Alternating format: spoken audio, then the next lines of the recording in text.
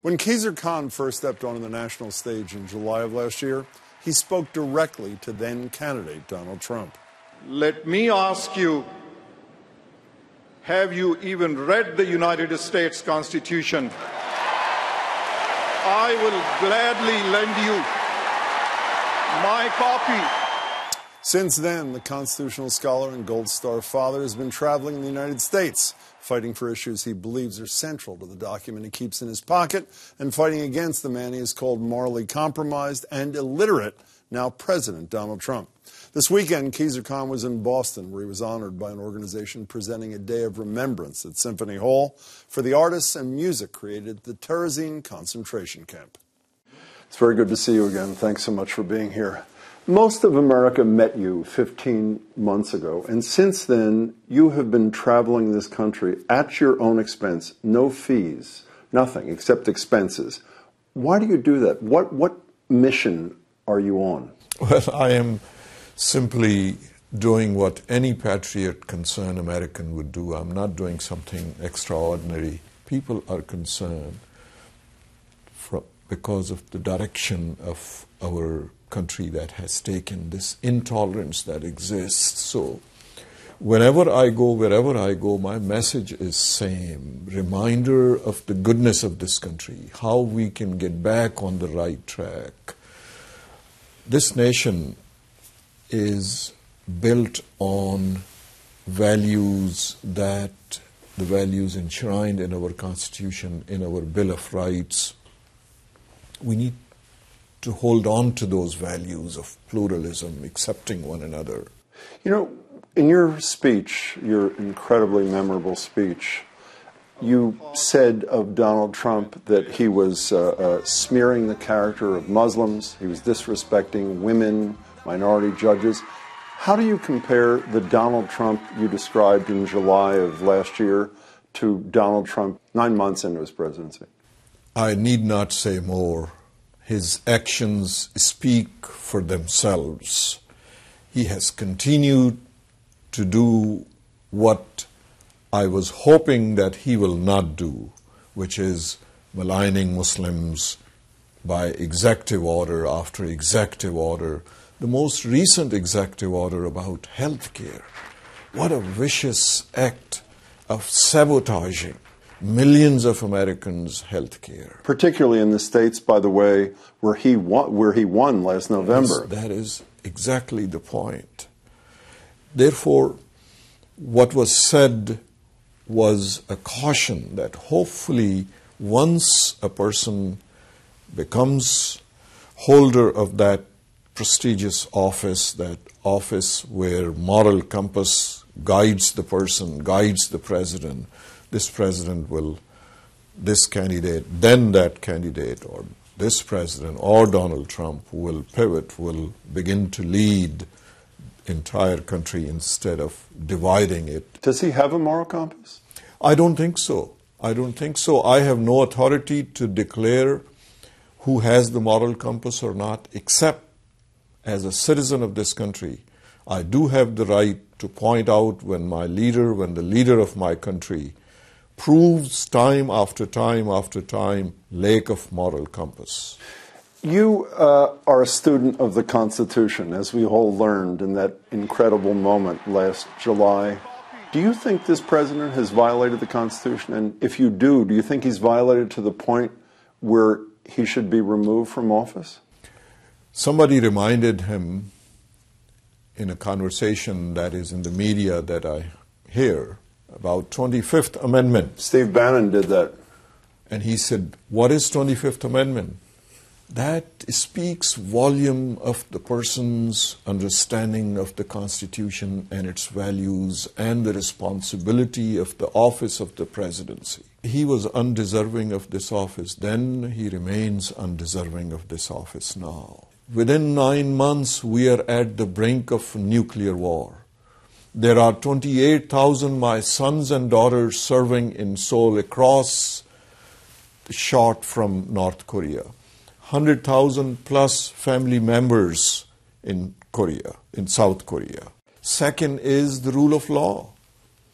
Time after time after time, let me issue executive order and let Congress take care of that.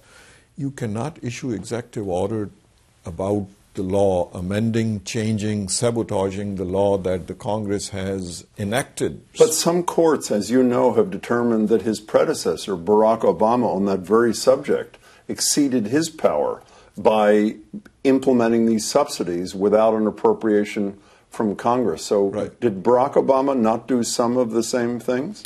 I really am not a student of executive orders. You live in Charlottesville. Yes. I know you're a civil libertarian, but since the violence in Charlottesville and the killing in Charlottesville, many supporters of the Civil Liberties Union have said they went too far, that by going to court and saying that the demonstrators, the white nationalists, not only deserved to demonstrate, but had a constitutional right to be in Emancipation Park, where the Lee statute was, that they helped create an environment for the violence, deadly violence that happened. Do you think they crossed the line? Yes. I was in Charlottesville on the 12th of August, and Friday and Saturday we heard the chants. Then we saw the procession, the torches. I had never imagined in my wildest dream that I would see a Nazi flag being paraded on the sacred grounds of the University of Virginia or in our city. We defeated Nazis. We defeated Nazism. My sons and daughters died in Second World War to defeat Nazism, and to see that flag waved on the streets of Charlottesville was, and I looked at the people's faces, including myself, how scared I was, how concerned I was. Yes, freedom of speech, yes, freedom of demonstration, yes, but to intimidate peaceful citizens, but to harass them, but to create the fear of violence. Each and every protester had a gun, had revolvers around their waists. That created an environment of threat and fear in the hearts and minds of the people that were observing them. But look, that was on Friday and Saturday. Look how Charlottesville responded. Very few people know how Charlottesville responded. On Wednesday, there was a gathering of families with small children, families. They all came to the sacred grounds of University of Virginia and assembled there with candle lights, with supporting one another. Out of that came a sign that has become symbol of Charlottesville. Many homes have it in their front yard, and the sign says, "No matter where you came from, you're our neighbor. Welcome." That resulted out of that violent behavior on Friday and Saturday. Khizr Khan, can I ask you to do me a favor? When I met you earlier this year, I said to you, what I'll say again is that most Americans know how your son Humayun died, but they didn't know how he lived. And you told me a story about a little 8-year-old boy that came to your son's funeral who you didn't know before. Could you share that with us one more time? I lose my composure, so you have to forgive me every time I tell these stories about our son. We were blessed to have him for 27 years. And we are at the burial, and after the burial is over, I see about 10-year-old, 8-year-old person, young boy, standing at the grave of Humayun, and he saluted, and he was in a black suit, black tie, and white shirt. I was curious to find out who he was. He wasn't part of the family, and I didn't recognize him. So I went close to him, and I asked his parents, and they told that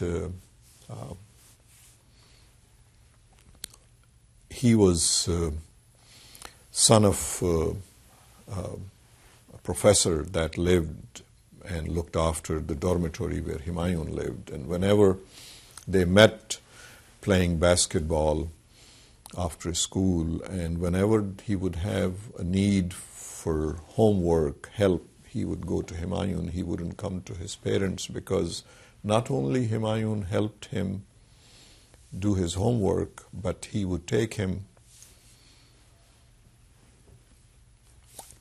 bike riding, jogging with him. They became buddies. So when this young man found out that Humayun had passed, and he said that I want to go to Humayun's funeral. So the parents said, yes, it is on such and such day, we will go from Charlottesville to Arlington Cemetery. He said, but I don't want to go in these clothes. He said, I want you to take me to a clothing store. I want to buy a suit. I want to buy a black suit. I want to wear a black tie. I want to pay as much respect as I can, as is possible. And so he did.